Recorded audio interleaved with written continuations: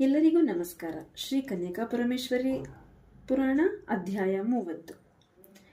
ನಾವು ಕಳೆದ ಅಧ್ಯಾಯದಲ್ಲಿ ಮತ್ತಷ್ಟು ಸಂಪೂರ್ಣವಾದ ರೀತಿಯಲ್ಲಿ ಯಾವ ರೀತಿಯಲ್ಲಿ ವಿಷ್ಣುವರ್ಧನ ರಾಜನನ್ನ ವೈಶ್ಯರು, ಪೆನುಗೊಂಡ ವಾಸಿಗಳು ಸುಸ್ವಾಗತ ನೀಡಿದ್ರು ಅಂತ ತಿಳಿದುಕೊಳ್ಳೋದೇ ಅಲ್ಲದೆ, ಅದರ ಜೊತೆಯಲ್ಲಿ ವಿಷ್ಣುವರ್ಧನನು ವಾಸವಿ ಕನ್ನಿಕೆಯ ಮೇಲೆ ಮನಸ್ಸಿಟ್ಟಿದ್ದು, ತನ್ನ ಮಂತ್ರಿಯನ್ನು ವೈಶ್ಯರ ಹತ್ತಿರ ಕಳಿಸಿ ಮದುವೆ ಮಾಡಿಕೊಡಿ ನನಗೆ ಅಂತ ಹೇಳಿ ಕಳಿಸಿದ್ದು, ಮತ್ತೆ ಆ ವಾಸವಿ ಕನ್ನಿಕೆಯ ನೆನಪಿನಲ್ಲಿ ಯಾವ ರೀತಿಯ ಹುಚ್ಚನಂತೆ ಆಡಿದ ಅನ್ನೋದನ್ನೆಲ್ಲ ನೋಡಿದೀವಿ ಅಲ್ವಾ. ಈ ಅಧ್ಯಾಯದಲ್ಲಿ ಲೇಖಕರು ಏನ್ರ ಬಗ್ಗೆ ಹೇಳಿದ್ದಾರೆ ಅಂದ್ರೆ, ವೈಶ್ಯ ಪ್ರಮುಖರ ಮಂತ್ರಿಗಳ ಸಂವಾದ ಕಡೆಗೆ ಬಲವಂತದಿಂದ ಕಷ್ಟವಾಗಿ ಒಪ್ಪಿಕೊಂಡು ರಾಜನಿಗೆ ವಿದಾಯ ಹೇಳುವುದು.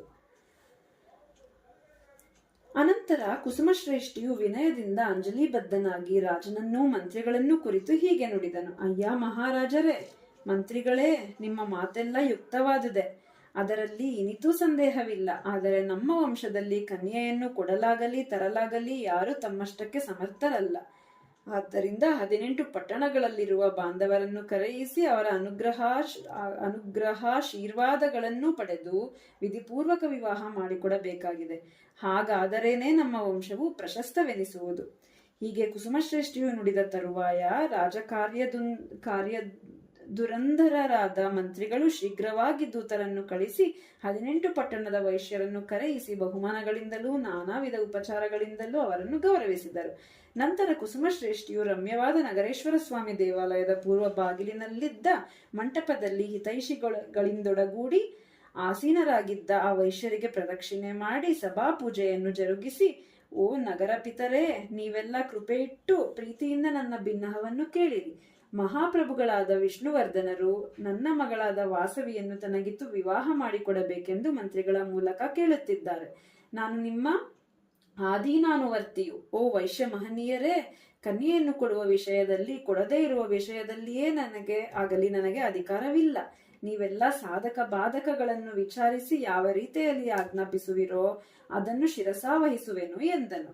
ಆಗ ಕುಸುಮಶ್ರೇಷ್ಠಿಯ ಮಾತುಗಳನ್ನು ಕೇಳಿದ ವೈಶ್ಯೋತ್ತಮರು ರಾಜನ ಮೇಲೆ ಕುಪಿತರಾಗಿ, ದುಷ್ಟ ಶಿಕ್ಷಕನೂ ಶಿಷ್ಟ ರಕ್ಷಕನೂ ಚಂದ್ರವಂಶದ ಸಮುದ್ರದಲ್ಲಿ ಚಂದ್ರ ಸಮಾನವಾದ ವಿಷ್ಣುವರ್ಧನ ರಾಜನೆಲ್ಲಿ? ಗೋರಕ್ಷಣೆಯಿಂದಲೂ ವಾಣಿಜ್ಯದಿಂದಲೂ ಜೀವಿಸುತ್ತಿರುವ ನಾವೆಲ್ಲಿ? ಲೋಕದಲ್ಲಿ ನಿಂದೆಗೆ ಗುರಿಯಾಗಬಲ್ಲ ಇಂತಹ ಬಂಧುತ್ವವು ಅದು ಹೇಗೆ ತಾನೇ ಕೈಗೂಡುವುದು? ಆಶ್ಚರ್ಯವೇ ಸರಿ. ಧನುರ್ಧಾರಿಗಳಾಗಿ ಕ್ಷಾತ್ರ ಧರ್ಮದಿಂದಲೇ ಜೀವಿಸುವ ರಾಜರಿಗೂ ತಕ್ಕಡಿ ದಂಡಗಳನ್ನು ಹಿಡಿದು ಜೀವಿಸುವ ವೈಶ್ಯರಿಗೂ ಸಂಬಂಧವಾದರೆ ಆನೆಯ ಹಿಂಡಿಗೂ ಜಿಂಕೆಯ ಗುಂಪಿಗೂ ಸಂಬಂಧವಾದಂತೆಯೇ ಸರಿ. ಧನಿಕನಿಗೆ ದರಿದ್ರನೊಂದಿಗೂ, ದಯಾರಹಿತನಿಗೆ ದಯಾಪರನೊಂದಿಗೂ, ವಿದ್ವಾಂಸನಿಗೆ ಮೂರ್ಖನೊಂದಿಗೂ, ಶಾಂತ ಸ್ವಭಾವದವನಿಗೆ ಮುಂಗೋಪಿಯೊಂದಿಗೂ ಸಂಬಂಧವಾಗಲಿ ಸ್ನೇಹವಾಗಲಿ ಹೇಗೆ ಸಾಧ್ಯ? ಈ ಮಾತು ಕೇಳಬಾರದು. ಇದಕ್ಕೆ ಪ್ರಾಯಶ್ಚಿತವೆಂದರೆ ಶಿವಕೀರ್ತನೆಯೇ ಸರಿ ಎಂದರು. ಆಗ ರಾಜನ ಮಂತ್ರಿಗಳಲ್ಲಿ ಒಬ್ಬನಾದ ವಿಜಯಸಿಂಹನು ಎದ್ದು ನಿಂತು, ಸೌಂದರ್ಯದಿಂದಲೂ ಕಾಂತಿಯಿಂದಲೂ ಸಂಪದದಿಂದಲೂ ಕೂಡಿದ ಸ್ತ್ರೀಯರು ಲೋಕದಲ್ಲಿ ಇಲ್ಲವೇ? ಹಾಗಿದ್ದರೂ ನಮ್ಮ ರಾಜನು ನಿಮ್ಮ ಸಂಬಂಧಾಪೇಕ್ಷೆಯಾಗಿದ್ದಾನೆ.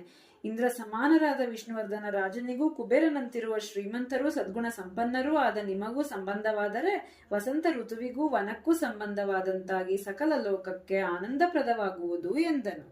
ಆಗ ಪ್ರೌದ್ಗಲ್ಯ ಗೋತ್ರಿಯೂ ಧರ್ಮಾತ್ಮನೂ ಸತ್ಯವಂತನೂ ಮುನಿಕುಲೋದ್ಭವನೂ ಆದ ಪ್ರೌಳಿಷ್ಟನೆಂಬ ವೈಶ್ಯನು ನಕ್ಕು ಮಂತ್ರಿಯನ್ನು ನೋಡಿ, ಅಯ್ಯ, ಆಯುಷ್ಯವನ್ನು, ಕರ್ಮವನ್ನು, ದ್ರವ್ಯವನ್ನು, ಜೀವನೋಪಾಯ ಕೃತ್ಯವನ್ನು ಆದಿಯಲ್ಲಿ ಬ್ರಹ್ಮನು ಸಕಲ ಪ್ರಾಣಿಗಳಿಗೆ ಕಲಿಸಿರುವಂತೆ ನಿಮಗೂ ನಮಗೂ ಲೋಕದಲ್ಲಿ ಎಲ್ಲಿಯೂ ಸಂಬಂಧವನ್ನು ಏರ್ಪಡಿಸಲಿಲ್ಲ. 3ನೆಯ ವರ್ಣದಲ್ಲಿ ಹುಟ್ಟಿದ ಕನ್ಯೆಯನ್ನು ಭೂಮಿಯಲ್ಲಿ ಯಾವ ರಾಜನು ವಿಧಿಪೂರ್ವಕವಾಗಿ ಪರಿಗ್ರಹಿಸಿದ್ದಾನೆ? ಇಂತಹ ವೃತ್ತಾಂತವನ್ನು ನಾವೆಲ್ಲಿಯೂ ಕೇಳಿಲ್ಲ, ಕಂಡಿಲ್ಲ ಎಂದನು.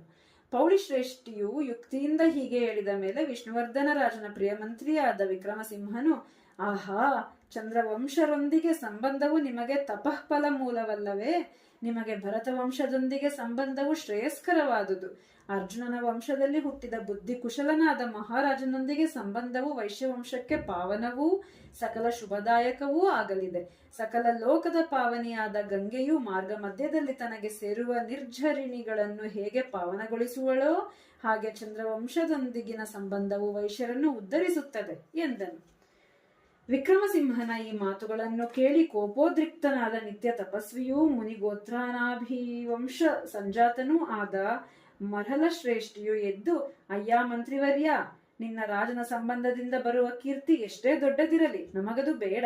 ನಮಗದು ತೃಣ ಸಮಾನ. ಅಪಕೀರ್ತಿ ಇಲ್ಲದ ಕಲ್ಮಶರಹಿತರಾದ ನಾವು ಮಹೇಂದ್ರನ ಸಂಪತ್ತನ್ನು ನಿಮಗಿಂತ ಹಣವಾಗೆಣಿಸುವುದಿಲ್ಲ ಎಂದು ತಿರಸ್ಕಾರದಿಂದ ನುಡಿದನು.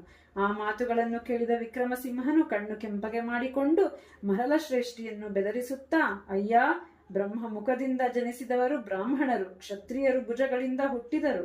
ಬ್ರಾಹ್ಮಣನಿಗೆ 4 ಜಾತಿಗಳಲ್ಲೂ ವಿವಾಹವು ಯೋಗ್ಯವೆನಿಸುವುದು.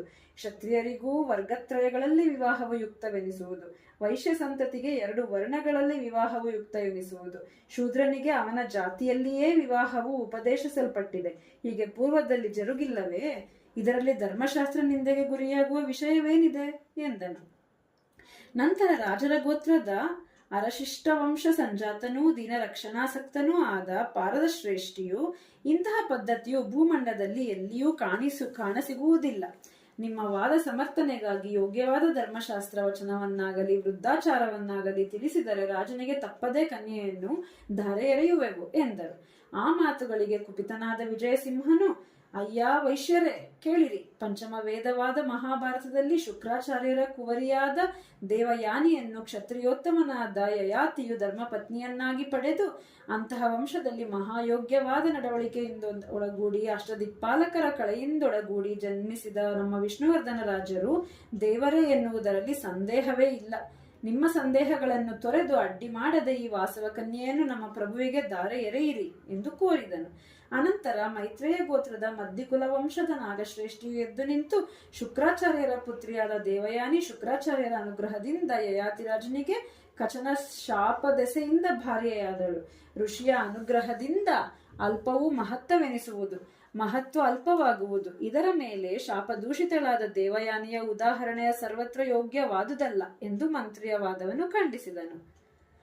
ಅನಂತರ ಶ್ರೀ ವತ್ಸಗೋತ್ರದ ಶ್ರೀರಂಗ, ಶ್ರೀಕಂಠ ವಂಶದ ಸೋಮಶಿಷ್ಟರು ಕನ್ಯಾಗ್ರಹಣವೆಂಬ ವ್ಯಾಜ್ಯದಲ್ಲಿ ವಿಷ್ಣುವರ್ಧನ ರಾಜನು ನಮ್ಮ ಸಂಪತ್ತನ್ನು ಅಪಹರಿಸುವ ಯೋಚನೆ ಇಟ್ಟುಕೊಂಡಂತಿದೆ. ಆತನ ಮನಸ್ಸು ನಮಗೆ ತಿಳಿದಿದೆ. ಆದ್ದರಿಂದ ನಮ್ಮ ಧನ ಸರ್ವಸ್ವವನ್ನು ಆತನಿಗೆ ಕೊಡುತ್ತಿದ್ದೇವೆ ಎಂದರು. ಹೀಗೆ ಅವರು ನುಡಿಯುತ್ತಿರುವಾಗಲೇ ವಿಕ್ರಮಸಿಂಹನು ಅಡ್ಡ ಬಂದು, ಮೂರ್ಖ, ರತ್ನಸ್ಥಾನವಾದ ಸಮುದ್ರಕ್ಕೆ ಉದಕ ಬಿಂದುಗಳಂತೆ ನಿಮ್ಮ ಧನದಿಂದ ಏನಾಗಬಲ್ಲದು? ವ್ಯರ್ಥಾಲಾಪ ಮಾಡುವಿ ಏಕೆ ಎಂದು ಗದರಿಸಿದನು. ತರುವಾಯ ಸುನಂದನ ಗೋತ್ರದ ಸಾಸರ ವಂಶದ ಜಗತ್ಪ್ರಸಿದ್ಧ ಹರಿಶಿಷ್ಟನೂ ಮದ್ದಿವಾಲ್ಕ ವಂಶೋತ್ಪನ್ನನಾದ ಗುರುಶ್ರೇಷ್ಠಿಯೂ ಕುಪಿತರಾಗಿ ನಿಷ್ಕಳಂಕವಾದ ಚಂದ್ರವಂಶದಲ್ಲಿ ವಿಷ್ಣುವರ್ಧನನು ಹಾಲಿನ ಸಮುದ್ರದಲ್ಲಿ ಸರ್ಪ ವಿಷದಂತೆ ಜನಿಸಿದನು. ಆತನ ವಂಶದಲ್ಲಿ ಕೂಟಸ್ಥನಾದ ಚಂದ್ರನು ಬೃಹಸ್ಪತಿಯ ಭಾರ್ಯೆಯಾದ ತಾರೆಯನ್ನು ಗ್ರಹಿಸಿ ಗುರುಘಾತಕನಾದನು. ಆ ವಂಶದ ದುಷ್ಯಂತನು ಕಣ್ವ ಋಷಿಯ ಸಾಕು ಕುವರಿ ಶಾಕುಂತಲೆಯನ್ನು ಏಕಾಂತದಲ್ಲಿ ಆ ಮುನಿಯ ಅನುಜ್ಞೆ ಇಲ್ಲದೆ ಕಾಮಿಸಿ ಗ್ರಹಿಸಿದನು. ಅಂತಹ ಪವಿತ್ರ ವಂಶ ಸಂಜಾತನಾದ ಈ ವಿಷ್ಣುವರ್ಧನನಿಗೆ ಮತ್ತೆಂತಹ ನಡವಳಿಕೆ ಅಳವಡುತ್ತದೆ? ಕನ್ಯೆಯನ್ನು ನಾವು ಕೊಡುವುದಿಲ್ಲ. ವೃಥಾ ಮಾತುಗಳಿಂದೇನು ಪ್ರಯೋಜನ ಎಂದರು. ಹೀಗೆ ನುಡಿದ ಹರಿಶಿಷ್ಟನನ್ನು ನೋಡಿ ವಿಕ್ರಮಸಿಂಹನು, ಅಯ್ಯೋ ವೈಶ್ಯ ವಂಶಧಾಮ, ನಿನಗೆ ನಮ್ಮ ಪ್ರಭಾವದ ಅರಿವಿಲ್ಲ. ರಾಜನ ದಯೆಯಿಂದ ನೀವೆಲ್ಲ ಬಡ್ಡಿಯಿಂದ ಜೀವಿಸಿ ದೊಡ್ಡ ದೊಡ್ಡ ಹೊಟ್ಟೆಗಳನ್ನು ಬೆಳೆಸಿಕೊಂಡಿರಿ. ಮದಯುಕ್ತನಿಗೆ ಗರ್ವ ನಿವೃತ್ತಿ ವಿರಸದಿಂದಲೇ ಮಾಡಬೇಕೆಂದು ಹಿರಿಯರ ಹೇಳಿಕೆ. ಈಗಲೇ ಬಲಾತ್ಕಾರದಿಂದ ವಾಸವ ಕನ್ಯೆಯನ್ನು ರಾಜನ ಹತ್ತಿರ ಕರೆದೊಯ್ಯುವೆವು. ನೀವೇನು ಮಾಡುವಿರೋ ನೋಡುತ್ತೇವೆ ಎಂದು ನುಡಿದು ಮಂತ್ರಿಗಳೆಲ್ಲರೂ ಕನ್ಯಾಪಹರಣಕ್ಕಾಗಿ ಭಟರನ್ನು ಒಡಗೂಡಿಸಿದರು. ಆಗ ಬುದ್ಧಿವಂತರಾದ ಕೆಲ ವೈಶ್ಯರು ಯೋಚಿಸಿ, ಜನಕಜೆಯನ್ನು ರಾವಣನು ಅಪಹರಿಸಿ ಅವನೇನಾದ? ದ್ರೌಪದಿಯನ್ನು ಅಪಹರಿಸಲು ಯೋಚಿಸಿ ಕೀಚಕನೇನಾದ? ನಳಸತಿ ದಮಯಂತಿಯನ್ನಾಶಿಸಿದ ಕಿರಾತಕನೇನಾದ? ಹಾಗೆಯೇ ವಿಷ್ಣುವರ್ಧನಿಗೂ ದುರ್ಗತಿ ತಪ್ಪದು. ನಾವು ಪ್ರತ್ಯುತ್ತರಿಸದೆ ಸುಮ್ಮನಿರೋಣ, ಕುಲಧರ್ಮವನ್ನಾಚರಿಸಿ ಇರೋಣ. ರಾಜನಿಗೆ ಕನ್ಯೆಯನ್ನು ಕೊಡುವುದೇ ಬೇಡ ಎಂದು ಈಶ್ವರನನ್ನು ಸ್ಮರಿಸಿ ಸುಮ್ಮನಾದರು. ಜರುಗಿದ ವೃತ್ತಾಂತವನ್ನೆಲ್ಲ ಕೇಳಿ ರಾಜನು ಆ ವೈಶ್ಯರನ್ನೆಲ್ಲ ತನ್ನೆಡೆಗೆ ಕರೆಯಿಸಿ ಕರ್ಪೂರ ವಿಳಯವನ್ನಿತ್ತು ಸರಿಯಾದ ಆಸನಗಳಲ್ಲಿ ಕುಳ್ಳಿರಿಸಿ ಪ್ರಿಯ ಸಂಭಾಷಣೆಯಿಂದ, ಕನ್ಯೆಯನ್ನು ಯಾಚಿಸುತ್ತಿರುವ ನಾನು ಚಂದ್ರವಂಶದ ರಾಜನು. ನೀವೆಲ್ಲ ಬ್ರಾಹ್ಮಣನ ತೊಡೆಯಿಂದ ಜನಿಸಿದ ವೈಶ್ಯರು. ಈ ವಿವಾಹದಲ್ಲಿ ವಿಕಲತೆಯೇ ಇಲ್ಲ. ಆದ್ದರಿಂದ ಕನ್ಯೆಯನ್ನು ನನಗೆ ಧಾರೆ ಎರೆಯಿರಿ. ಒಳ್ಳೆಯ ರೀತಿಯಿಂದಾಗಲಿ ಬಲಾತ್ಕಾರದಿಂದಾಗಲಿ ಕನ್ಯೆಯನ್ನು ನಾನು ಗ್ರಹಿಸುವುದು ಖಂಡಿತ. ಆದ್ದರಿಂದ ಸಕಲ ಪ್ರಯತ್ನದಿಂದ ನನ್ನ ಇಷ್ಟವನ್ನು ನೆರವೇರಿಸಿಕೊಡಿರಿ ಎಂದು ನಯ ಭಯ ಮಿಶ್ರಿತ ಸ್ವರದಲ್ಲಿ ಹೇಳಿದನು.